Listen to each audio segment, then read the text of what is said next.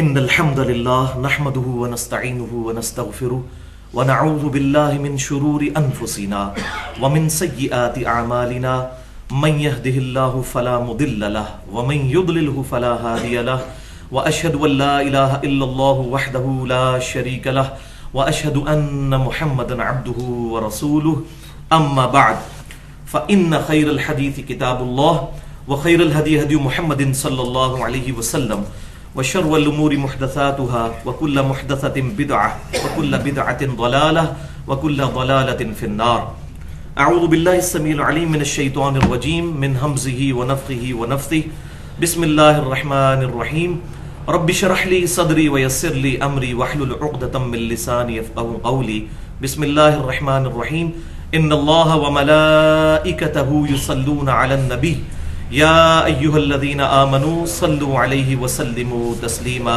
اللهم صل على محمد وعلى آل محمد كما صليت على إبراهيم وعلى آل إبراهيم إنك حميد مجيد. اللهم بارك على محمد وعلى آل محمد كما باركت على إبراهيم وعلى آل إبراهيم إنك حميد مجيد. الحمدللہ آج 5 اور 6 ربیع الثانی 1434 ہجری کی درمیانی رات 16 فروری 2013 اور ہفتے کا دن ہے. اس سال یعنی 1434 ہجری میں ہم آلریڈی ربیع الاول کے کانٹیکسٹ میں امام کائنات سید الاولین والآخرین شفیع المذنبین رحمت للعالمین سیدنا و مولانا امام اعظم محمد رسول اللہ صلی اللہ علیہ وآلہ وسلم کی ولادت مبارکہ کے موقع پر 2 علمی نشستوں کا اہتمام کر چکے ہیں جو کہ نماز محمدی صلی اللہ علیہ وآلہ وسلم سے ریلیٹڈ تھی. لیکن آج کی یہ جو اہم ترین اور منفرد ترین اور مشکل ترین اور خطرناک ترین نشست جو ہے یہ دراصل حرمت محمدی صلی اللہ علیہ وآلہ وسلم سے ریلیٹڈ ہے، جس میں کئی ایک تلخ حقائق ہمارے سامنے آئیں گے. اور علا وجہ بصیرت میں یہ اللہ کی قسم اٹھا کر کہتا ہوں کہ اس ٹاپک کو میں ابھی تک اوائڈ کرتا رہا کہ اس ٹاپک کو ایڈریس نہ کیا جائے، کیونکہ بعض اوقات لوگ پھر چیزوں کا غلط مطلب لیتے ہیں. لیکن اب صورتحال ایسی بھیانک ہو چکی ہے کہ ہم کسی کو کتاب و سنت کی دعوت دیتے ہیں تو وہ آگے سے بجائے عمل کرنے کے ہمیں یہ کہتا ہے یہ علی کل کا چھوکرا ہمیں یہ باتیں بتا رہے، ہمارے اتنے بڑے بڑے بزرگ پاگل تھے، آخر ان کو نہیں یہ باتیں پتا تھی. ایک یہ اعتراض سامنے آتا ہے. اور دوسرا یہ کہ اس کو تو ہمارے علماء نے فارغ کر دیا. بریلوی، دیوبندی، سلفی یعنی اہل حدیث، اہل تشیع، تمام علماء کوئی نہ کوئی ہر مکتبہ فکر میں اچھے اور برے علماء ہر جگہ موجود ہوتے ہیں. وہ جی ہم نے تو فارغ کر دیا ہے، ان کا تو ہمارے سے تعلق ہی کوئی نہیں. ٹھیک ہے آپ سے تعلق نہیں، لیکن جو باتیں بیان ہو رہی ہیں ان کا تو تعلق قرآن و سنت کے ساتھ ہے. اگر ان کا تعلق ہے تو قرآن و سنت پر عمل کرنا ہے، میری بات پہ کسی نے عمل نہیں کرنا. لہٰذا انشاءاللہ اس ٹاپک کو بھی میں منطقی انجام تک پہنچاؤں گا تاکہ اس حوالے سے جو لوگ دعوت کے میدان میں جڑے ہوئے ہیں ان کے لیے بڑی آسانی ہو کہ جب یہ اس طرح کے کوسچن سامنے آتے ہیں کتاب و سنت کی دعوت پیش کرنے والوں کو تو اس کو کس طریقے سے انٹلیکچوئل لیول پہ جا کے ایڈریس کرنا ہے. اور بیسیکلی یہ شیطانی وسوسے ہیں جن کو سیٹل کرنا ہے.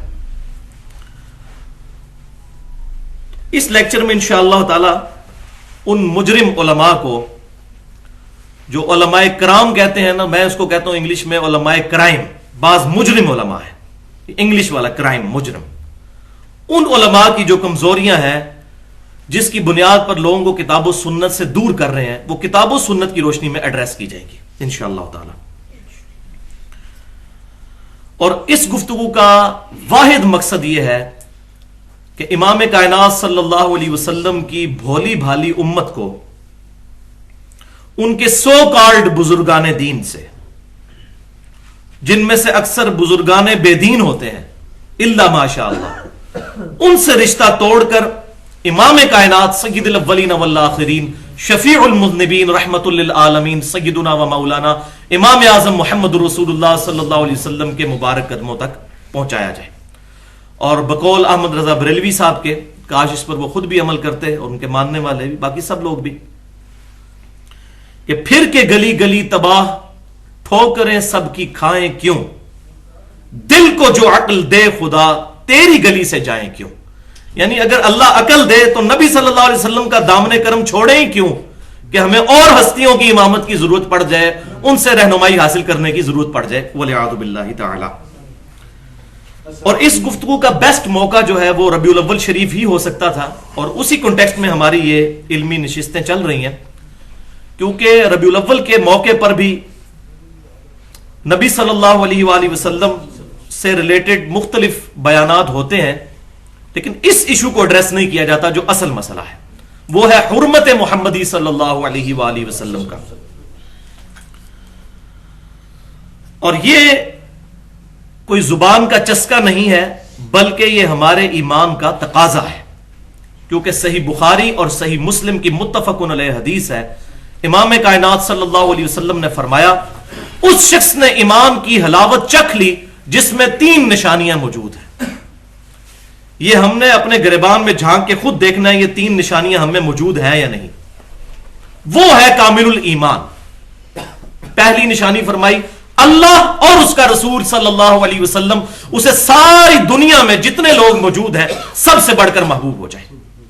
وہ ہے ایمان کی حلاوت والا.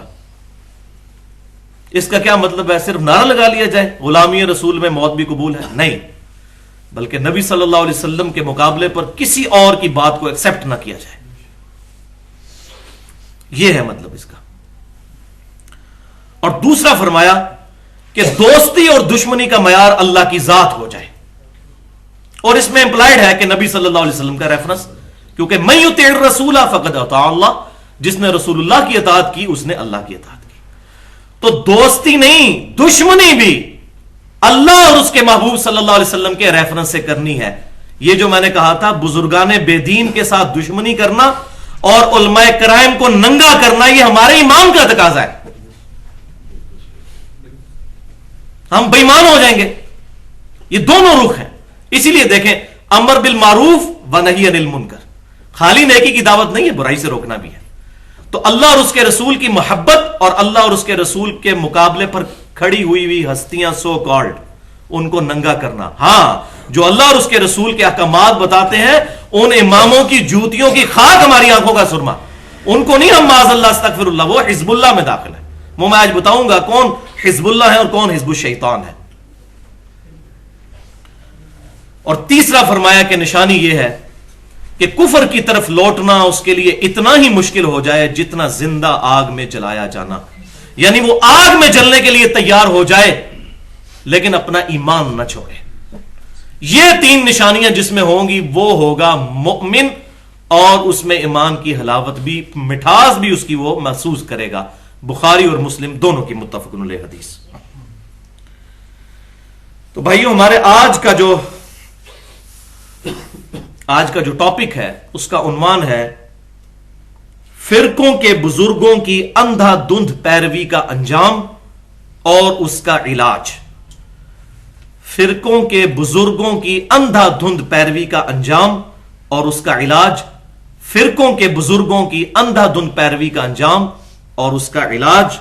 اور علاج کیا ہوگا؟ وہ ہوگا اینٹی وینم سے، جس کو میں پنجابی میں کہتا ہوں پھکی، اور اردو میں الزامی جواب، اور انگلش میں کہتے ہیں اس کو فلسفی کی جواب میں لاجیکل آنسر.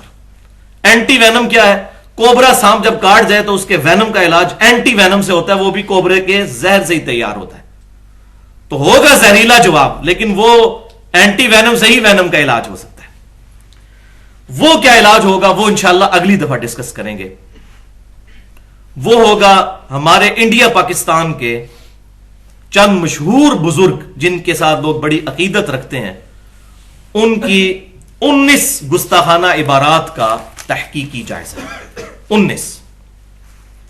اور بھائیو اس لیکچر کا نمبر جب بائی چانس آیا 71، کیونکہ یہ لیکچر انشاءاللہ ہمارا اہل سنت پاک.com پر مسئلہ نمبر 71 کے نام سے اپلوڈ ہوگا، تو میں نے پھر قرآن پاک سے اس کی نسبت تلاش کرنی شروع کی.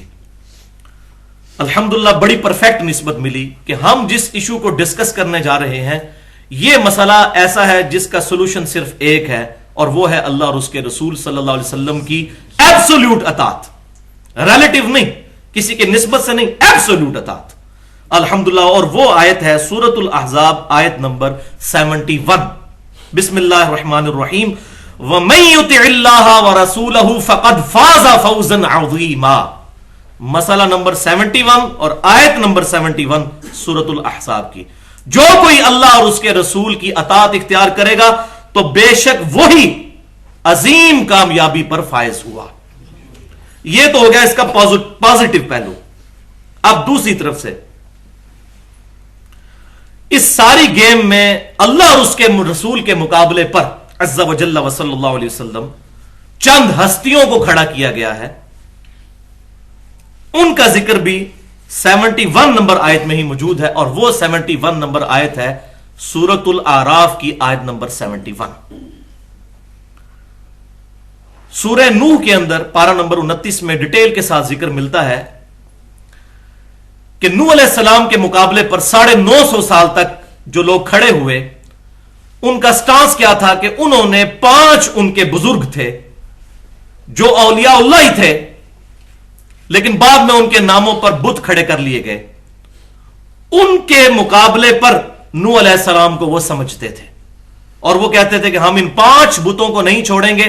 وہ بیسیکلی 5 بزرگ تھے، ان کے نام بھی سورہ نوح کے اندر آئے ہیں۔ ایک کا نام آیا ود، دوسرا سواع، تیسرا یغوث غوث مددگار، یہ دیکھ لیں وہی الفاظ آج کل بھی چل رہے ہیں، یعوق اور نصر، یہ 5۔ ان کا ہم ان 5 بزرگوں کو نہیں چھوڑنے والے، چاہے اللہ کا پیغمبر کہتا رہے۔ تو سورۃ الاعراف کی آیت نمبر 71 میں نوح علیہ السلام کا جواب ہے، مسئلہ نمبر 71 آیت نمبر 71 سورۃ الاعراف کی، قد وقع علیکم من ربکم رجس وغضب، اے کافرو بے شک تمہارے رب کی طرف سے تمہارے اوپر گندگی ڈال دی گئی ہے اور اللہ کا غضب نازل ہو چکا ہے کہ تم میرے مقابلے پر اپنے بزرگوں کو لے کر آتے ہو۔ اتجادلوننی فی اسماء سمیتموها انتم وآباؤکم، کیا تم میرے ساتھ جھگڑا کر رہے ہو ان چند ناموں کی بنیاد کے اوپر جو تم اور تمہارے آباء و اجداد نے خود سے گھڑ لیے ہوئے ہیں؟ یہ فلانے بزرگ ہیں، یہ فلانی سرکار ہے، یہ کاواں والی سرکار ہے، یہ کتیاں والی سرکار ہے، بالکل ہے، یہ گھوڑے شاہ ہے۔ ایک ہمارے اسلام آباد میں وہاں پر مزار کے باہر لکھا ہے سید پگیاڑ حسین شاہ، یہ ارسیشن جس طرح کہتے ہیں انگلش میں ارسیشن کتا، تو ہمارے وہ پگیاڑی کتا کہتے ہیں نا، پگیاڑ حسین شاہ، یعنی سیدنا حسین کا نام بگیاڑ کے ساتھ لگایا ہوا ہے اور شرم بھی نہیں آتی۔ تو یہ چند نام ہے جو تم نے اور تمہارے آباء و اجداد نے رکھ لیے، ما نزل اللہ بہا من سلطان، اللہ نے ان کی کوئی سند نازل نہیں کی تھی۔ فانتظر انی معکم من المنتظرین، تو نوح علیہ السلام نے کہا کہ پھر اب انتظار کرو، ہم بھی تمہارے ساتھ انتظار کرنے والوں میں ہیں۔ اور پھر انجام کیا ہوا؟ اللہ کے غضب سے ہلاک ہوئے وہ۔ رہا مسئلہ 19 عبارتوں کا، تو الحمدللہ اس کی بھی بڑی زبردست نسبت ہے، بہت زبردست اور خطرناک۔ وہ سورۃ المدثر کی آیت نمبر ہے 30 کہ دوزخ کے اوپر 19 فرشتے ہیں، علیہا 19، اس پر ہیں 19 فرشتے داروغ مقرر جو دوشیوں کو عذاب دے رہے ہوں گے، یہ 19 کا عدد وہ ہے، والعیاذ باللہ تعالی۔ اور ظاہر ہے کہ اس کا انجام دوزخ ہی ہے، اللہ اور اس کے رسول کے گستاخ کا انجام تو دوزخ ہی ہے۔ اور یہ میں اپنی طرف سے نہیں بات کر رہا، سورۃ الاحزاب کی آیت نمبر 57 ہے، آیت جو درود ہے، ان اللہ وملائکتہ یصلون علی النبی، اس سے اگلی آیت یہ ہے، بسم اللہ الرحمن الرحیم، ان الذین یؤذون اللہ ورسولہ لعنہم اللہ فی الدنیا والآخرہ، بے شک جو لوگ اللہ اور اس کے رسول کو تکلیف دیتے ہیں ان پر اللہ کی لعنت ہے، دنیا میں بھی اور آخرت میں بھی۔ اللہ اور اس کے رسول کو تکلیف دینا، ان کی گستاخی کرنا، ان کے احکامات کے مقابلے پر کسی اور کو کھڑا کرنا، اور دنیا اور آخرت میں عذاب۔ اور پھر یہی تسلی نہیں ہوئی، یہاں پر غصہ ٹھنڈا نہیں، وَأَعَدَّ لَهُمْ عَذَابًا مُهِينًا، اور ایسے لوگوں کے لیے ہم نے بڑا سجا کے تیار کر رکھا ہے ذلیل و خوار کر دینے والا عذاب، عذابًا مُهِينًا، ذلت امیز عذاب، اعد لهم، بڑا تیاری کے ساتھ وہاں پر مہمان نوازی ہوگی ان گستاخوں کی، والعیاذ باللہ تعالی۔ بھائیو یہ لیکچر 2 پورشنز پر مشتمل ہے. پہلا پورشن آج اور انشاءاللہ اگلا پورشن اگلی دفعہ ڈسکس ہوگا. بہرحال اس کی ڈیٹیل سن لیجئے. پورشن نمبر 1 میں آج انشاءاللہ تعالی کل 5 اہم علمی پوائنٹس کو ڈسکس کروں گا اور انہی پوائنٹس کے اندر اس لیکچر کے عزائم, اس لیکچر کے مقاصد, اس لیکچر کے فوائد اور نتائج, کنکلوژن کیا ہے, وہ سارے اسی میں ہی آ جائیں گے. اگلی دفعہ صرف گستاخانہ عبارتوں کا تحقیقی جائزہ ہوگا. اس سے رزلٹ جو نکالنا ہے وہ آج ہی نکل جائے گا انشاءاللہ. تو یہ 71A ہوگا آج والا پورشن, اور پھر 71B اگلی دفعہ پورشن نمبر 2 میں اس سب کانٹیننٹ میں, برصغیر پاک و ہند میں, انڈیا اور پاکستان کے اندر چند مشہور علماء اور بزرگ, ان کی کتابیں جو آج تک چھپ رہی ہیں, ان سے نبی صلی اللہ علیہ وسلم کی مبارک شان میں بالخصوص اور اللہ تعالیٰ کی شان میں بھی 7 اور نبی صلی اللہ علیہ وسلم کی شان میں 12, یہ ٹوٹل 19 گستاخانہ عبارات جو ہیں ان کا تحقیقی جائزہ میں انشاءاللہ اگلی دفعہ پیش کروں گا. اور یہ چیزیں ہمارے ریسرچ پیپر پہ بھی چھپ چکی ہیں. ریسرچ پیپر نمبر 2A کے نام سے ہے اندھا دھند پیروی کا انجام, جو اہل سنت پاک.com پر تقریباً 3 MB کی فائل ہے, اپلوڈ ہے, مفت ڈاؤن لوڈ کی جا سکتی ہے, اور ہماری اکیڈمی سے بھی فری وہ پمفلٹ مل جاتے ہیں. اندھا دھند پیروی کا انجام 4 پیجز پہ وہ 19 عبارات کا تحقیقی جائزہ موجود ہے. اور اس کو کوئی عام پمفلٹ نہ سمجھیے گا. الحمدللہ جب قرآن و سنت کی دعوت کو سننے کے لیے تیار نہیں ہوتا, اس کا آخری علاج یہ پمفلٹ ہوتا ہے. اور جس کی سب سے بڑی مثال ہمارے امانت بھائی ہیں, جنہوں نے ہماری اہل سنت پاک.com ویب سائٹ ڈیولپ کی ہے. MBA کیا ہوا, دنیاوی طور پر پڑھے لکھے انسان, لیکن اسی سیٹ اپ کے ساتھ اٹیچ ہے جس پر انہوں نے اپنے آباء و اجداد کو پایا. ان کو بڑے طریقے سے دعوت دی لیکن ان پر اثر نہیں ہوئے. یہ پمفلٹ اندھا دھند پیروی کا انجام جب انہوں نے پڑھا, انہوں نے کہا مارو, ہم تو پوری دنیا کے لوگوں کو گستاخ رسول کہتے تھے, ہمارے اپنے بزرگ گستاخیاں کر کے گئے. انہوں نے صبح جا کے کتابیں خریدیں اور باقی کام پھر آپ کو پتا علماء کر دیتے ہیں. جب ان کو بتایا جاتا ہے کہ یار یہ ہمارے بزرگ تو لکھے ہیں لا الہ الا اللہ چشتی رسول اللہ, وہ کہتے نہیں معرفت دی گل ہے. اچھا جی یہ لکھ دیا لا الہ الا اللہ اشرف علی تھانوی رسول اللہ اور اللہم صلی علی اشرف وعلی آل اشرف والعیاذ باللہ تعالی. وہ کہتے ہیں جناب یہ معرفت کی بات آپ کو سمجھ نہیں آ سکتی. وہ پھر سمجھ تو آ جاتی ہے انسان کو کہ اصل میں یہ سارے عقائد و نظریات ہی غلط ہے, تو جواب نہیں ہوتا تو کہتے سمجھ نہیں آ سکتی. تو سمجھ نہیں آتی تو کتابوں میں لکھا کیوں ہے, جو چیز سمجھ سے ہی باہر ہے. تو الحمدللہ ان کی ہدایت کا سبب بھی یہ ریسرچ پیپر بنا. انشاءاللہ تعالی یہ جب 2 لیکچر ہمارے ہو جائیں گے, آج والا اور اس سے اگلی دفعہ, اس کے بعد پھر تیسرا لیکچر ہونا ہے مسئلہ نمبر 72 کے نام سے, اور 72 کی نسبت بھی 72 فرقوں سے ہے. 72 اس کا عنوان ہوگا پھر انشاءاللہ فرقہ واریت کے امت محمدیہ صلی اللہ علیہ وسلم پر خطرناک اثرات اور اس کا علاج. یہ انشاءاللہ تعالی مسئلہ نمبر 72 ہوگا.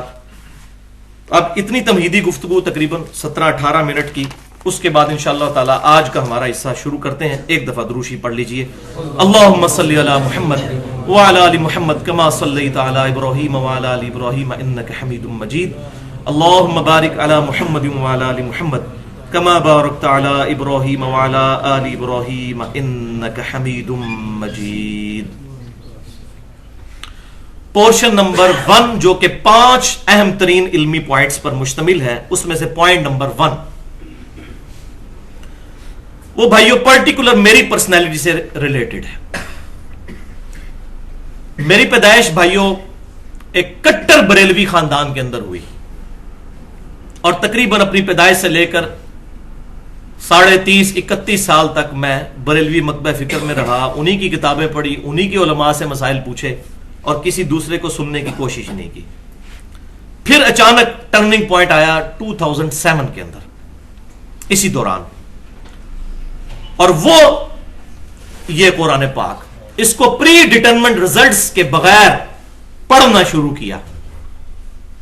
چند مہینوں کے اندر مجھے یہ گیم سمجھ آ گئی کہ ہم جن عقائد اور نظریات کو لے کر چل رہے ہیں وہ کم از کم اس کتاب میں تو موجود نہیں, اور کہیں پر موجود ہوں ضعیف قصے کہانیوں کے اندر اور ضعیف الاسناد روایتوں کے اندر, لیکن اس کتاب کے ساتھ وہ میچ نہیں کرتے. پریشانی لگ گئی، آہستہ آہستہ تحقیق کی، پھر کچھ عرصہ دیوبند کے ساتھ گزرا، پھر اس کے بعد کچھ عرصہ اہل حدیث کے ساتھ گزرا، ان کے علماء سے ملے، اس کے بعد اہل تشیع کے ساتھ، اور اب بھی سب کے ساتھ اٹھنا بیٹھنا ہے۔ جو پازیٹو بات کہیں سے بھی ملتی ہے اس کو الحمدللہ ایکسیپٹ کرتا ہوں، اور جہاں پر غلطی دیکھتا ہوں لوگوں کو پوائنٹ آؤٹ کرنے کی کوشش کرتا ہوں الحمدللہ، اور یہی ایک مسلمان کا تقاضا ہے۔ اور الحمدللہ مجھے یہ سعادت بھی حاصل ہے اس حوالے سے کہ میں نے ساری جماعتوں میں کچھ نہ کچھ وقت گزارا ہے، بریلوی، دیوبندی، سلفی، اہل حدیث، سب کے جو مشہور جماعتیں ہیں۔ یعنی میں نے جو ہے وہ دعوت اسلامی کا ملتان والا اجتماع بھی اٹینڈ کیا ہوا ہے، تبلیغی جماعت کے بھی اجتماع اٹینڈ کیے ہیں، رائے ونڈ والے، دعوت اسلامی کے تو میرے خیال 10-11 کے قریب کیے، اس کے بعد جو یہ مرید کے والا اجتماع ہے یہ بھی اٹینڈ کیا، ساروں کے پاس الحمدللہ میں ہو کر آیا ہوں، لہٰذا ساروں کا اچھا خاصا جو ایکسپیرینس ہے مجھے حاصل ہے اس حوالے سے۔ ان ساری چیزوں کے بعد جو اب لوگوں کو حق بات بتائی جاتی ہے ساری کمزوریاں دیکھ کر، تو ایک بڑا سوال لوگوں کی جانب سے اٹھتا ہے جب بھی کسی کے مکتبہ فکر کے اوپر ضرب پڑتی ہے، اور وہ کیا کہتے ہیں؟ وہ جی علی بھائی تو انجینئر ہیں، وہ کوئی عالم تو نہیں ہے کہ ہم ان کی بات مانیں۔ یہ اکثر سننے کو ملتا ہے۔ دیکھیں انہوں نے انجینئرنگ کی ڈگری کی اتنے سال لگا کر، تو علماء بھی تو اتنے سال لگ کے بنتے ہیں، تو اب عالم کی بات مانی جائے یا ان کی بات مانی جائے؟ یہ پوائنٹ بہت زور و شور سے سامنے آتا ہے۔ انشاءاللہ اس شیطانی وسوسے کو بھی میں ایسا کل کرتا ہوں کہ آندہ سے کوئی یہ بات کرنے کی جرت نہ کرے۔ تو اس کا جواب بھائیو یہ ہے، پہلا اصولی جواب سن لیجئے کہ دین کی بنیاد علم پر ہے نہ کہ ڈگری کے اوپر۔ مثلا 5ویں کلاس کا اسٹوڈنٹ اگر آپ کو آ کر یہ کہتا ہے کہ علامہ صاحب سورۃ البقرہ کی آیت نمبر 279 میں اللہ تعالیٰ نے سود کھانے کو اللہ اور اس کے رسول کے خلاف جنگ قرار دیا ہے، تو اب عالم صاحب کو سورۃ البقرہ کی آیت نمبر 279 پڑھنی چاہیے یا اس 5ویں کلاس کے اسٹوڈنٹ سے ڈگری مانگنی چاہیے؟ بتائیں۔ آیت پڑھنی چاہیے، اور آیت وہ پڑھ لیں اور وہی بات نکل آئے تو کہ نہیں آیت تو موجود ہے لیکن چونکہ آپ کے پاس ڈگری نہیں ہے عالم کی لہذا میں نے آپ کی بات نہیں ماننی، تو اس کے بعد وہ عالم صاحب مسلمان بھی رہ جائیں گے کہ نہیں؟ عالم تو چھوڑ دیں، مسلمان بھی نہیں رہیں گے، قرآن کا انکار لازم آ جائے گا نا، وہ تو قرآن کا انکار کر رہے ہوں گے۔ دوسری بات، اسلام میں یہ دوسرا اصولی جواب ہے، ڈکشنری از آلویز اتھارٹی، بلکہ پوری دنیا میں بٹ کے سپیلنگ BUT بٹ ہیں یا BAT بٹ، یہ ڈکشنری فیصلہ کرے گی۔ ایک 5ویں کلاس کا اسٹوڈنٹ کہتا ہے کہ بٹ کے سپیلنگ BUT بٹ ہے، اور ایک PhD انگلش کہتا ہے نہیں جی بٹ کے سپیلنگ BAT بٹ ہے، تو کس کی بات مانی جائے گی؟ جس کے سپیلنگ ڈکشنری کے ساتھ مل جائیں گے۔ تو اور ہماری ڈکشنری کتاب اللہ اور سنت رسول ہے عز و جل و صلی اللہ علیہ وسلم۔ اس کی PhD کی ڈگری اس کی غلطی کو جسٹیفائی نہیں کر سکے گی، تو بات وہی مانی جائے گی جو کتاب و سنت میں لکھی ہو۔ تیسرا اصولی جواب کہ حق بات کوئی بھی کہے اس کی تصدیق کرنا یہ ہمارے پروفٹ کی سنت ہے صلی اللہ علیہ وسلم، چاہے وہ بات کرنے والا شیطان ہی کیوں نہ ہو۔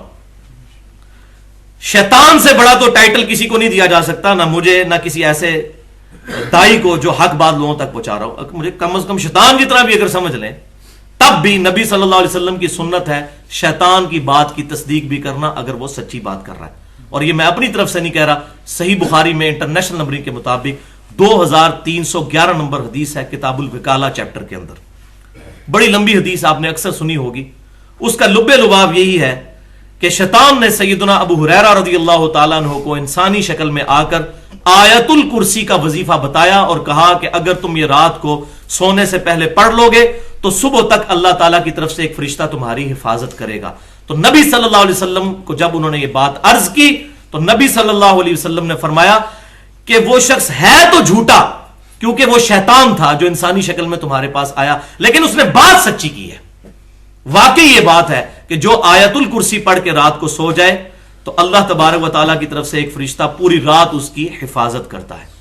تو نبی صلی اللہ علیہ وسلم کی سنت ہے کہ شیطان بھی اگر سچی بات کرے تو اس کی تصدیق کرو، اور اگر کوئی انسان آپ کا اپنا قبلہ بھائی، اہل کلمہ بھائی کوئی بات کرتا ہے، اس کی ڈگریاں نہ مانے بلکہ اس بات کو دیکھیں۔ چوتھا جواب یہ ہے کہ ہم ڈاکیے کی حیثیت سے اپنے رب اور اپنے محبوب صلی اللہ علیہ وسلم کا پیغام امت تک پہنچانے کی کوشش کر رہے ہیں۔ ہمارا کہیں یہ دعویٰ نہیں ہے کہ ہم اتھارٹی ہیں، ہاں ہم یہ کہتے ہیں کہ اللہ اور اس کے رسول صلی اللہ علیہ وسلم کی بات اتھارٹی ہے۔ تو اگر کوئی اللہ اور اس کے رسول صلی اللہ علیہ وسلم کی بات کا انکار کرتا ہے تو وہ ہمارا انکار نہیں کرے گا بلکہ اللہ اور اس کے رسول کا انکار کرے گا، معاذ اللہ، استغفر اللہ۔ علماء نے کتاب اللہ کے ترجمے بھی کر دیے، صحیح بخاری اور صحیح مسلم کے بھی ترجمے آ چکے، باقی احادیث کی کتابوں کے بھی ترجمے آ چکے۔ یہ علماء نے ترجمے کیا اپنے پرسنل نوٹس بنائے تھے؟ نہیں، بلکہ یہ ترجمے عوام کے لیے انہوں نے چھاپے۔ ان کو تو عربی آتی ہے، ویسے یہ بھی ان کا زوم ہے، عربی کوئی نہیں آتی۔ قرآن پاک سامنے رکھ کے اگر ان کو بیچ میں سے کوئی صفحہ کھول کے پوچھے نا کہ اس کا ترجمہ کریں تو آدھے سے زیادہ نہیں کر سکیں گے۔ یہ بھی آپ کو دھوکہ ہی دیا ہوا انہوں نے۔ وہ دورہ قرآن اور دورہ حدیث ہی ہوتا ہے آخری سالوں میں، پڑھتے پڑھتے کوئی نہیں ہے۔ بہرحال جس کا دعویٰ ہے کہ عربی آتی ہے، تو یہ ترجمے جو ان کے بڑے بڑے علماء نے کیے، کیا یہ نوٹ کمانے کے لیے کیے کہ ہاں جی یہ کتابیں بکیں اور ہم پیسے کمائیں؟ پھر یہی مسئلہ ہے۔ اگر عوام کے لیے کیے ہیں تو اپنا ترجمہ تو مانے، بریلوی احمد رضا بریلوی صاحب کا، پیر کرم شاہ صاحب کا ترجمہ تو مانے، دیوبندی اشرف علی تھانوی صاحب کا ترجمہ تو مانے، اہل حدیث جو ہے وہ جونا گڑی صاحب کا ترجمہ تو مانے، اہل تشیع جو ہے وہ سید فرقان علی شاہ صاحب کا ترجمہ تو مانے، اپنے ترجمے تو مانے نا۔ اگر انہی ترجموں سے ہم ان کو وہی بات دکھاتے ہیں، آپ تو کوئی جھگڑا ہی نہیں رہ گیا کہ یہ اپنی طرح سے ترجمے کرتا ہے۔ تو اصل مسئلہ یہ نہیں ہے، اصل مسئلہ انہوں نے ماننا ہی نہیں ہے۔ اور وہی ہے پانچواں اصولی جواب کہ یہ سارے بہانے ہیں کہ جی یہ علماء کی ڈگری چاہیے اور فلاں عالم ہوگا تو اس کی بات مانیں گے۔ اگر یہی بات ماننے والے ہوتے تو اپنے مکتبہ فکر کے علاوہ جو باقی علماء ہیں ان کی بھی تو بات مانتے۔ ان کے بارے میں تو اتنی زبان کھول کر کامنٹس پاس کرتے ہیں کہ انسان حیران ہو جاتا ہے کہ یہ علماء کی لینگویج ہے۔ شیطان سے کم ٹائٹل نہیں دیتے۔ حسام الحرمین پڑھے احمد رضا بریلوی صاحب کی، انہوں نے دیوبند کے علماء کو لکھا ہے کہ یہ شیطان کے دم چھلے ہیں۔ اور اس کے جواب میں جب دیوبندیوں نے کتاب لکھی المحند المفند 1906 کے اندر، حسام الحرمین 1905 میں لکھی گئی، 1906 میں، اس میں 35 علماء دیوبند نے سائن کیے جن میں اشرف علی تھانوی صاحب بھی شامل ہیں، اور اس میں انہوں نے لکھا کہ احمد رضا بریلوی صاحب اور ان کے سارے پیروکار یہ شیطانی لشکر ہے جو ہم پہ حملہ آور ہو گیا ہے۔ یہ ہے ڈگریوں کا حال۔ ان کو اس وقت احمد رضا بریلوی صاحب کا علم نظر نہیں آیا جو اس وقت کے صوفی حرمین کے جو علماء تھے، کئی علماء نے ان کو 14ویں صدی کا مجدد ڈکلیئر کر دیا تھا اس وقت احمد رضا بریلوی صاحب کو، ان کو بھی پتا ہے، لیکن اس وقت ان کو وہ نہیں نظر آیا کیونکہ اپنے علماء کو ماننا دوسروں کو مانتا ہی نہیں ہے۔ تو یہ ڈگری شگری والے صرف بانے، آپ ڈگری بھی لے کر آ گئے تو تب یہ کہیں گے آپ نے ہمارے مکتبہ فکر کی ڈگری نہیں لی ہے، اور اگر ان کے مکتبہ فکر کی ڈگری ہوگی اور آپ ان کے خلاف بات کریں گے تو کہیں گے ڈگری تے پڑھی سی نے، پڑھا تے ہے سی پر بعد ہی دماغ خراب ہو گیا تھا، یعنی پڑھا تو اس نے ہم سے ہی ہے لیکن بعد میں اس کا دماغ چل گیا۔ تو اس کا کوئی جواب نہیں ہے، کیوں کہ یہ وہ ان کو پنجابی میں جو محاورہ بولا جاتا ہے، نہ کھیڈاں گے نہ کھیڈن دیاں گے، ان کا مقصد یہ نہیں ہے، نہ کھیلیں گے نہ کھیلنے دیں گے۔ اور دوسرا محاورہ جو ہے دل بےمان تے حجتاں ٹیر، اگر کسی کے دل میں بےمانی گھس چکی ہوئی ہے اس کے لیے دلائل بہت زیادہ ہیں، وہ تو پھر کتاب اللہ کو بھی نہیں مانے گا، وَلِعَوْذُ بِاللَّهِ تعالی۔ تو ان کا اصل مقصد جو ہے، اصل جو ان کا مسئلہ ہے وہ یہی ہے کہ یہ اپنے بزرگوں کے علاوہ، اپنے علماء کے علاوہ کسی کی بات کو ماننے کے لیے تیار ہی نہیں ہے۔ اور ابھی ریسنٹلی جو یہ واقعہ ہوا ہے، یہ تو پوری دنیا میں، پرانی کتابوں کو تو یہ جان چھڑا لیں گے، پوری دنیا نے ٹی وی پہ دیکھا ہے کہ ایک دیوبندی عالم جو ہمارے ملک کے اندر، پاکستان کے اندر بہت بڑے ایک سیاسی لیڈر بھی ہیں، فضل الرحمان صاحب، انہوں نے ڈاکٹر طاہر القادری صاحب جو کہ بریلوی مکتبہ فکر کے عالم ہیں، ان کو ٹی وی پر کہا ہے کہ یہ طاہر الپادری ہیں، طاہر القادری نہیں ہے۔ ان کو نہیں نظر آیا کہ ڈاکٹر طاہر القادری صاحب پی ایچ ڈی ہیں اور پنجاب یونیورسٹی کے ایم اے اسلامیات کے وہ ٹاپر ہیں، اور احادیث کی ان کی کئی کتابیں دنیا کی کئی یونیورسٹیز میں پڑھائی جا رہی ہیں، اتنے بڑے لیول کا ایک عالم ہے اپنے مکتبہ فکر کا، ان سے اختلافات اپنی جگہ، لیکن وہ ان کو طاہر الپادری کہہ رہے ہیں۔ اور کہتے ہیں یہ مسلمانوں کا جے سالک ہے جو عیسائی ہے. تو یہ مسئلہ ان کا کچھ اور ہے, مسئلہ ہے فرقہ واریت. مفتی منیب الرحمان صاحب جب تک بریلوی مکتب فکر کے چونکہ عالم ہیں, جب تک وہ ہماری روحت ہلال کمیٹی کے چیئرمین ہیں, پشاور کے دیوبندیوں نے چاند کو غلط ہی کہنا ہے. ہاں, ان کے دیوبندیوں میں سے کوئی عالم لا کے بٹھا دیں گے اس سیٹ کے اوپر, پھر ہو سکتا ہے بریلوی چاند کو غلط کہنا شروع کر دیں. یہ ساری کی ساری گیم جو ہے فرقہ واریت کی لعنت چل رہی ہے. وہ انشاءاللہ میں مسئلہ نمبر 72 2 ہفتے بعد بیان کروں گا کہ ساری گیم کیسے چل رہی ہے. تو یہاں پر میں 2 ننگے جملے بولنے لگا ہوں, یہ 2 جملے یاد رکھیے گا. نمبر 1, بھائیوں قادیانی صرف اس لیے کافر ہے کہ ہم قادیانیوں کے گھر نہیں پیدا ہوئے. اگر ہمارے ماں باپ قادیانی ہوتے ہم ڈیفینیٹلی قادیانی ہوتے. اگر ڈاکٹر طاہر القادری صاحب قادیانیوں کے گھر پیدا ہوتے تو ان کے نزدیک قادیانی مسلمان اور غیر قادیانی کافر ہوتے. اگر طارق جمیل صاحب جو تبلیغی جماعت کے ہیں یہ قادیانیوں کے گھر پیدا ہوتے تو ان کے نزدیک تبلیغی جماعت والے غیر مسلم اور قادیانی مسلمان ہوتے. اسی طریقے سے اہل تشیع کے ساجد نقوی صاحب اگر قادیانیوں کے گھر پیدا ہوتے تو ان کے نزدیک قادیانی مسلمان ہوتے اور اہل تشیع کافر ہوتے. اسی طریقے سے اہل حدیث میں سے حافظ سعید صاحب یا ساجد میر صاحب اگر یہ قادیانی کے گھر پیدا ہوتے کسی تو ان کے نزدیک اہل حدیث کافر ہوتے. سیدھی سی بات ہے, یہ کسی کو بری لگے یا اچھی لگے. اور یہی لوگ سارے کے سارے ایران میں پیدا ہوئے ہوتے تو سنیوں کو غلط سمجھ رہے ہوتے اور اہل تشیع کو صحیح سمجھ رہے ہوتے, اور ایران کے علماء یہاں پیدا ہوئے ہوتے تو اہل سنت کو صحیح سمجھ رہے ہوتے, ان کو غلط سمجھ رہے ہوتے. یہ ٹوٹل گیم چل رہی ہے. جس گھر میں پیدا ہوتے ہیں, جس محلے کی مسجد میں پیدا ہوتے ہیں, اس کے پاس اس کے ساتھ ان کی اٹیچمنٹ ہے. یہ ان کی تحقیق ہے جو یہ کہتے ہیں اتنے بڑے بڑے علماء پاگل ہیں. تحقیق ان کی اصل میں یہ ہے کہ انہوں نے آنکھ کہاں پر کھولی ہوتی ہے. ہمارے جیسے لوگ بہت کام ہیں جو ریورٹ ہو کے آتے ہیں, اور جب وہ آتے ہیں وہ پھر حق بات کرتے ہیں, پھر وہ کسی مکتب فکر کا خیال نہیں رکھتے. تو یہ قادیانی والا مسئلہ. اور دوسرا کہ اگر صرف ڈگری دلیل ہو کسی بندے کے عالم ہونے کی تو بریلوی دیوبندی اور سلفی یعنی اہل حدیث کے علماء تو 8 سال میں درس نظامی کرتے ہیں, اور اہل تشیع کے علماء قم یونیورسٹی ایران سے 17 سال میں عالم بن کے آتے ہیں.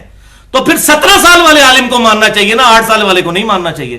نہیں, ان کو تو ہمارے علماء نے کافر قرار دے دیا. ان سے پوچھیں ہوں گے جی ان کو ہمارے علماء نے گمراہ قرار دے دیا. تو یہ سارے کے سارے معاملات چل رہے ہیں. اگر یہ عالم اور ڈگریوں والا چکر ہو تو جو 17 سال میں ڈگری لے کے آتا ہے اس کی بات مانی جائے, پھر کہیں گے نہیں دلائل پہ, تو بات وہیں پر آئے گی. یہاں پہ یہ بھی بات یاد رکھیے بھائیوں, اگر ایک قادیانی پوری زندگی صرف قادیانی علماء سے ختم نبوت سمجھتا رہے, اس کو کبھی بھی ختم نبوت سمجھ نہیں آئے گی. اس کو باقیوں کے پاس جانا پڑے گا. بالکل اس طریقے سے ایک بریلوی ہے, ایک دیوبندی ہے, اہل حدیث ہے, جب تک وہ صرف اپنے علماء کی بات سنے گا, دوسرے کی بات کو سنے گا نہیں اور کہے گا علماء نے فارغ کر دیا ہے, تو قیامت والے دن اللہ تعالیٰ کی بارگاہ میں یہ جواب دے گا کہ یا اللہ مجھے اس لیے مسئلہ سمجھ نہیں آیا کہ ہمارے علماء نے ان کو فارغ کر دیا ہوا تھا, اس لیے میں نے ان کی بات نہیں سنی. تو کیا ایک قادیانی کا یہ عذر قبول ہو جائے گا؟ نہیں ہوگا. تو قادیانیوں پہ نہ رکیں, اپنے اوپر بھی لائیں نا. ہم جہاں جہاں پیدا ہوئے ہیں ہمیں دلائل کے ساتھ یہ بات پتہ ہونی چاہیے کہ ہمارا کون سا عقیدہ حق پر ہے اور کون سا باطل پہ ہے. وَلِعَاذُ بِاللَّهِ تَعَالَى. بھائیو, میں نے تمام مکاتب فکر کو سٹڈی کیا ہے اور علا وجہ بصیرت یہ کہتا ہوں کہ ہر جگہ خیر کا کچھ نہ کچھ عنصر موجود ہے, اور ماشاءاللہ شر بھی تھوک کے حساب سے ہر مکتب فکر میں موجود ہے. شر کی بھی کمی نہیں ہے. اور اس کے پیچھے سب سے بڑی ریزن اس شر کو پھیلانے کی وہ ہے بھائیو روٹی. جس کا دین روٹی کے ساتھ جڑا ہوا ہے وہ کبھی بھی حق بات نہیں کر سکے گا. یہ آج جو یہ کہتے ہیں نا جی اتنے بڑے بڑے علماء مسئلہ بتا رہے ہیں, اور مسئلہ تو بھائی بتائیں گے, مسجد کمیٹی سے مار کھانی ہے. ایک بریلوی اور دیوبندی عالم نے اگر وہ بخاری اور مسلم سے نماز کا طریقہ پڑھ کے سنا دے جمعے کے خطبے میں, انہوں نے کہنا یہ تو فارغ ہو گیا. ایک اہل حدیث اگر جمعہ پڑھا دے کہ آندہ سے کوئی شخص ننگے ساتھ نماز نہیں پڑھے گا, نماز تو ہو جاتی ہے لیکن افضل یہی ہے, تو کمیٹی نے کہنا جناب یہ تو بریلویوں کی گلاں شروع کرتی ہیں انہوں نے. اسی طریقے سے اہل تشیع کا کوئی عالم ممبر پر چڑھ کر یہ کہہ دے کہ جب سیدنا و مولانا علی رضی اللہ تعالیٰ عنہ نے خوارج جو کہ حضرت علی کو کافر کہتے تھے، ان کے جنازے بھی خود پڑھائے ہیں، ان کو اپنے ہاتھوں سے دفنایا ہے اور جنازے میں ان کے لیے دعائیں مغفرت کی ہے. تو صحابہ کرام علیہم رضوان ان کا تو مرتبہ بہت اونچا ہے، ان کے لیے دعائیں مغفرت کرنی چاہیے. چاہے جائے کہ ہم ان کے بارے میں گالی گلوچ کریں تو کہیں گے جس کا تو دماغ خراب کر دیا کسی سنی نے. تو اس کو نظر آئے گا کہ اب مجھے ممبر سے اتارا تو میرے بچوں کا کیا بنے گا. تو روٹی ہے پیچھے سارا مسئلہ، اور اس میں میں نے 1.5 گھنٹے کی گفتگو کی ہے. رزق حرام، فتنہ مال، دنیا پرستی کا انجام اور اس کا علاج، مسئلہ نمبر 51 کے نام سے اہل سنت پاک.com پر 1 گھنٹہ اور 35 منٹ کی گفتگو ہے. قرآن سے اکثر آیات کی روشنی میں بتایا کہ حرام خوری ہی علماء کی گمراہی کا سبب ہے، اور پرٹیکولر حرام خوری پہ جتنی آیات ہیں قرآن میں وہ ہیں ہی پرٹیکولر علماء کے بارے میں، وَلِعَاذُ بِاللَّهِ تعالی. لیکن یہ سارے مسئلے نا دنیا میں ہیں، دین کے اندر یہ سارے مسئلے دین کے اندر ہیں. کوئی مسئلہ بتاتا ہے وہ جی حضرت صاحب نے فرما دیا، دنیا کے معاملے میں نہیں ہے. دنیا میں تو بڑے بڑے حضرت صاحب ہیں. آپ کسی اسپیشلسٹ ڈاکٹر کے پاس جاتے ہیں، آپ کے دائیں ٹخنے میں درد ہے، اور وہ پاکستان میں ایک بڑے کسی ہاسپٹل کا ڈاکٹر ہے، اسپیشلسٹ ہے، وہ کہے جی ٹخنے میں آپ کے درد ہے، لیکن یہ درد جو ہے اس کو دور کرنے کے لیے آپ کی دائیں آنکھ نکالنی پڑے گی. تو آپ کو اسپیشلسٹ کی ڈگری اس وقت نظر آئے گی. آپ کہیں گے یار عقل کو تو نے کتوں ڈگری کی تھی ہو، تو درد میرا ٹخنے میں اور تو کہہ رہا آنکھ نکالنی پڑے گی. تو پھر دوسرے اسپیشلسٹ کے پاس جائیں گے، 2-3 سے گھومیں گے تو پتا چل جائے گا یار وہ تو پاگل تھا جو یہ کہہ رہا تھا. تو دنیا میں آنکھ نہیں نکلوائیں گے کسی اسپیشلسٹ، اتنے بڑے بزرگ، کیونکہ فَاسْأَلُوا أَهْلَ الذِّكْرِ إِن كُنتُمْ لَا تَعْلَمُونَ، اگر تمہیں علم نہیں تو اہل علم سے پوچھو. تو ڈاکٹری کی فیلڈ میں تو ڈاکٹر ہی اہل علم ہے نا. مولوی کو تو انگریزی بھی نہیں آتی، وہ تو ابھی تک اس چکر سے باہر نہیں آیا کہ یہ انگریزوں کی زبان ہے یا یہ مسلمانوں کی زبان ہے. اس کو تو بیچارے کو ابھی تک یہی بات سمجھ نہیں آئی ہے. ایک جیولوجی کا مسئلہ جیولوجسٹ بتائے گا، ایمبرولوجی کی فیلڈ کا بندہ جو ہے وہ گائنی کے مسئلوں کو حل کرے گا. یہ لیڈی ڈاکٹر جو گائنی کی ہوگی وہ گائنی کے ایشوز کو ریزالو کرے گی. یہاں پر بھی وہ ڈاکٹر کی بات نہیں مانیں گے بلکہ کہیں گے بھائی نہیں 2-3 سے مشورہ کرو. تو بھائیو دین کے معاملے میں بھی اگر کوئی عالم آپ کو غلط مشورہ دیتا ہے یا مجھ سے آپ کو ایسی بات سنتے ہیں جو آپ کے مکتبہ فکر سے ٹکراتی ہے، تو 3-4 علماء سے پوچھیں، ان کو کہ کتابیں دکھائیں، کتابیں کیا کہتی ہیں. اور اگر کتاب سپورٹ کر دے پھر کسی مولوی کا لحاظ نہ کریں، پھر اس کو منطقی انجام تک پہنچائیں کہ اتنی لمبی داڑیاں رکھ کے اور شلواریں اوپر کر کے اور اتنی بڑی بڑی پگڑیاں اور بڑی بڑی تسمیاں اٹھا کے یہ پبلک کو دھوکہ نہ دو. اپنی آخرت تو برباد کر رہے ہو، لوگوں کی آخرت نہ برباد کرو. خود تو جانا ہے دوزخ میں تم نے، ان اعمال کے سبب ہمیں نہ گھسیٹو، والعیاذ باللہ تعالی. تو بھائیو جس کی روٹی دین کے ساتھ نہیں لگی وہی آپ کو حق بات بتائے گا. یہ میری بات پلے باندھ لیں. الحمدللہ فی الوقت تو میں اپنی ذات کے لیے دین سے 1 روپیہ کمانا بھی حرام سمجھتا ہوں، اور یہی بات ہے کہ مجھے کوئی پرواہ نہیں، میں نے حق بات کرنی ہے انشاءاللہ تعالی. اور میں اس ویڈیو کی وساطت سے بھی اور آپ لوگوں سے بھی ریکویسٹ کرتا ہوں کہ سب میرے لیے دعا کریں کہ وہ دن، کہ جس دن مجھے یہ خیال بھی آئے کہ مجھے اپنا سورس آف انکم دین بنانا ہے، اس سے 1 دن پہلے ہی اللہ تعالیٰ مجھے ایمان و عافیت کے ساتھ مدینہ شریف میں موت دے دے اور جنت البقیع میں مدفن نصیب کرے. یہ وقت کبھی نہ آئے، ورنہ حق بات ضمیر کا مجرم رہوں گا اور قیامت والے دن اللہ تعالیٰ کی بارگاہ میں بھی والعیاذ باللہ تعالی شرمندگی اٹھانی پڑے گی. اسی لیے الحمدللہ کوشش ہوتی ہے اس محرم الحرام میں نے 2 گھنٹے 2 لیکچر 3 گھنٹے کے ریکارڈ کروائے ہیں. ایک لیکچر تھا 55B کے نام سے وصی رسول کون ہے اور حدیث قرطاس. اس میں نے اہل سنت کے ہاں جو خرابیاں ہیں اور کچھ اہل تشیع کی بالکل ننگا کیا، کسی کا لحاظ نہیں کیا. اور دوسرا مسئلہ نمبر 66A جس میں نے اہل تشیع کے ہاں جو خرابیاں پائی جاتی ہیں محرم کے حوالے سے ان کو ایڈریس کیا. جو ان کی جائز بات ہے اس کو مانا ہے، جو غلط بات ہے اس کو ایڈریس کیا. تو ایک دائی کو یہی چاہیے کہ وہ پری ڈیٹرمنٹ ریزلٹس کے بغیر حق بات کرے. تو بھائیو یہ جو ساری بزرگ پرستی چل رہی ہے اور اندھا دھند پیروی اپنے اپنے علماء اور فرقوں کی، اس کا جب میں نے روٹ کاز انالیسس کیا، یہ انگلش میں بولا جاتا ہے کہ برائی کی جڑ کو تلاش کرنا، تو اصل وجہ ان ساری بیماریوں کی اور اس ساری فرقہ واریت کی لعنت کی اور یہ ساری حرام خوریوں کی مجھے صرف ایک وجہ نظر آئی میرے انالیسس کے بعد، سب کے پیچھے ایک ہی ہے، ہاتھی کے پاؤں میں سب کا پاؤں. وہ ایک وجہ کیا ہے؟ آبا پرستی اور بزرگ پرستی. اور میں حیران ہو گیا کہ قرآن پاک میں سب سے زیادہ ایمفیسائز ہی اسی بات پر کیا گیا ہے کہ اللہ اور اس کے رسول صلی اللہ علیہ وسلم کے احکامات سے روکنے والی جو چیزیں ہیں ان میں ٹاپ آف دا لسٹ چیز جو ہے وہ آبا پرستی اور بزرگ پرستی ہے، وَلِعَوْذُ بِاللَّهِ تعالی. اور یہاں تک بات پہنچی کہ انبیاء کرام جو اللہ تعالیٰ کے ریپریزنٹیٹو تھے ان کی بات بھی کسی نے نہیں مانی، ہماری آپ کی کس نے سننی ہے جو اتنے معجزات کے ساتھ آئے.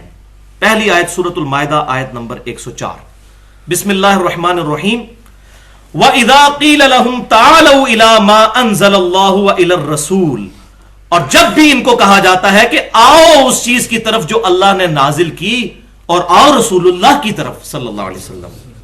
آج بھی ہم ان کو کہتے ہیں آؤ رسول اللہ کو اپنا امام مانے، تو وہی جواب جو وہ کہتے تھے، قالوا حسبنا ما وجدنا علیہ آباءنا، وہ کہنے لگے ہمیں کافی ہے جس پر ہم نے اپنے آباء و اجداد کو پایا، سانو تو ضرورت نہیں ہے، تو ہمارے بزرگوں نے بہت پہلے مسئلے حل کر دیے ہوئے ہیں، ان کو نہ چھیڑیں. بہار شریعت میں مفتی امجد علی صاحب نماز کا چیپٹر جب لکھتے ہیں، احمد بریلوی صاحب کے خلیفہ، تو کچھ حدیثیں لکھتے ہیں اور اوپر نوٹ لکھ دیتے ہیں کیونکہ دل تو ملامت کرتا ہے.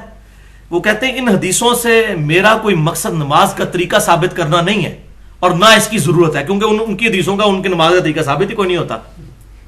تو کہ یہ میں صرف حصول برکت کے لیے چند حدیثیں لکھ رہا ہوں. رہا مسئلہ نماز کے طریقے کا، تو ہمارے بزرگوں نے بہت پہلے یہ مسئلہ، میں اس کو بریکٹ میں کہتا ہوں، برباد کر دیا ہوا ہے. ان کا یہ بہت پہلے مسئلے حل کر دیے ہوئے ہیں، تو لہذا اب حدیثیں پڑھنے کی ضرورت ہی نہیں ہے. ماشاءاللہ، اس عقل پر ماتم ہی کیا جا سکتا ہے اگر جائز ہوتا تو. اولو کان آباؤہم لا یعلمون شیئا ولا یہتدون، تو اللہ کے اب کمنٹس ہیں، بھلا کیا اگر ان کے آباء و اجداد کوئی چیز کا علم نہ رکھتے ہوں اور نہ وہ ہدایت پر ہوں، تب بھی انہی کی پیروی کیے جائیں گے؟ نہ علم ہے نہ ہدایت ہے، تب بھی کہہ رہے ہیں نہیں ہم نے ان کے پیچھے چلنا ہے. وَلِعَوْذُ بِاللَّهِ تعالی. اور دوسری آیت ہے سورہ لقمان کی آیت نمبر 21. وَإِذَا قِيلَ لَهُمْ، اور جب ان سے کہا جاتا ہے، اتَّبِعُوا مَا أَنزَلَ اللَّهُ، کہ پیروی کرو اس کی جو اللہ نے تمہاری طرف نازل کیا، یعنی کتاب اللہ. کہتے ہیں قَالُوا بَلْ نَتَّبِعْ مَا وَجَدْنَا عَلَيْهِ آبَاءَنَا، وہ کہتے ہیں نہیں بلکہ ہم تو اس کی پیروی کریں گے جس پر ہم نے اپنے آباء و اجداد کو پایا ہے.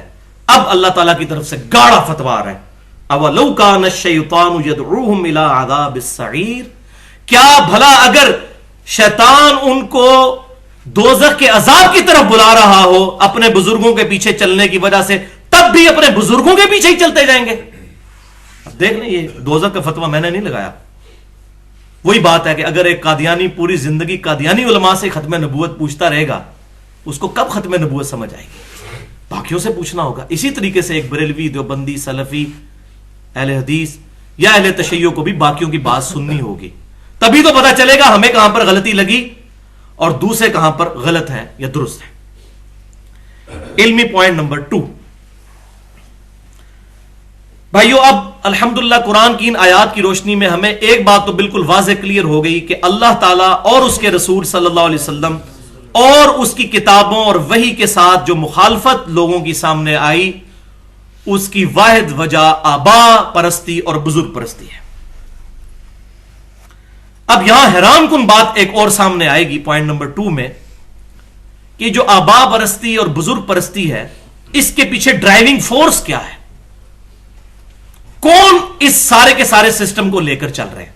تو آپ کو حیرانگی ہوگی کہ انبیاء کرام علیہ السلام کے ماننے والے جو کتابوں کو اور انبیاء کو حق مانتے ہیں، ان کے اندر بھی اس لیول کی گمراہی موجود ہے قرآن کی روشنی میں کہ انہوں نے انبیاء کرام کا انکار کر دیا. انبیاء کے ماننے والوں نے ماننے کے باوجود انکار کر دیا.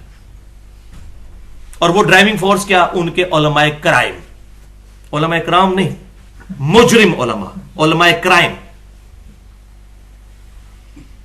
اور یہ بات میں اپنی طرف سے نہیں کر رہا، سورہ التوبہ آیت نمبر 31 اس فلسفے کو بالکل واضح کرتی ہے.